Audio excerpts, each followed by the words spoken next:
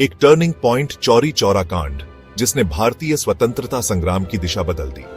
चौरी चौरा कांड भारत की आजादी की लड़ाई में एक बहुत दुखद और महत्वपूर्ण घटना थी, जो 4 फरवरी 1922 को हुई। इस दिन एक शांतिपूर्ण प्रदर्शन हिंसक हो गया। यह घटना, जिसमें बहुत हिंसा हुई और जिसका असर असहयोग आंदोलन पर पड़ा, भारतीय इतिहास में एक खास जगह रखती है।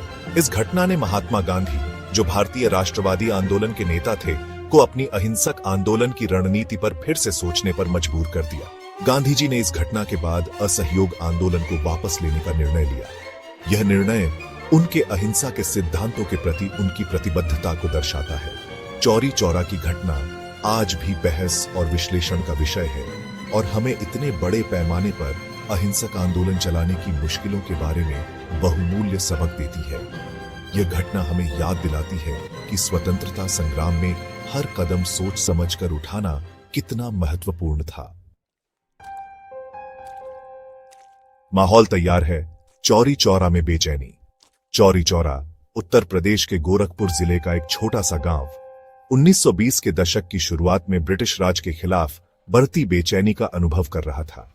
पूरे भारत के लोगों की तरह गांव वाले भी असहयोग आंदोलन में हिस्सा ले रहे थे, जो ब्रिटिश राज की जालिम नीतियों के खिलाफ सविनय अवज्ञा का एक राष्ट्रव्यापी अभियान था।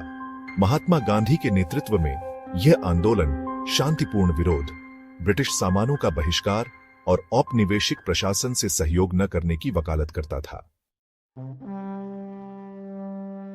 विरोध से हिंसा तक घटनाक्रम शुरू होता है। 4 फरवरी 1922 को चौरी चौरा में असहयोग आंदोलन में भाग लेने वाले स्वयंसेवकों के एक समूह ने स्थानीय शराब की दुकानों के खिलाफ प्रदर्शन किया।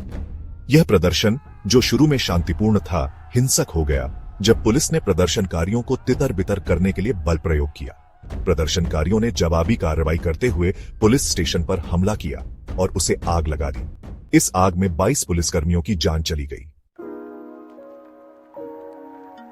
भाग 4। गांधी की प्रतिक्रिया, एक आंदोलन स्थगित। चौरी चौरा में हुई हिंसा से महात्मा गांधी बहुत दुखी और निराश हुए। इस घटना ने उन्हें गहरे आत्ममंथन में डाल दिया। वह अहिंसा के सिद्धांत में दृढ़ विश्वास रखते थे और इसे भारत की आजादी पाने का एकमात्र रास्ता मानते थे। गांधी का मानना था कि हिंसा से केवल और अधिक हिंसा उत्पन्न होती है। गांधी ने इस घटना को अपनी शिक्षाओं के साथ विश्वासघात और असहयोग आंदोलन की ईमानदारी पर एक बड़ा आघात माना। उन्होंने महसूस किया कि इस तरह की हिंसा उनके आदर्शों के खिलाफ थी। हिंसा के जवाब में गांधी ने असहयोग आंदोलन को स्थगित करने का कठिन फैसला लिया। यह निर्णय उनके लिए अत्यंत पीड़ादायक था, लेकिन उन्होंने इसे आवश्यक समझा।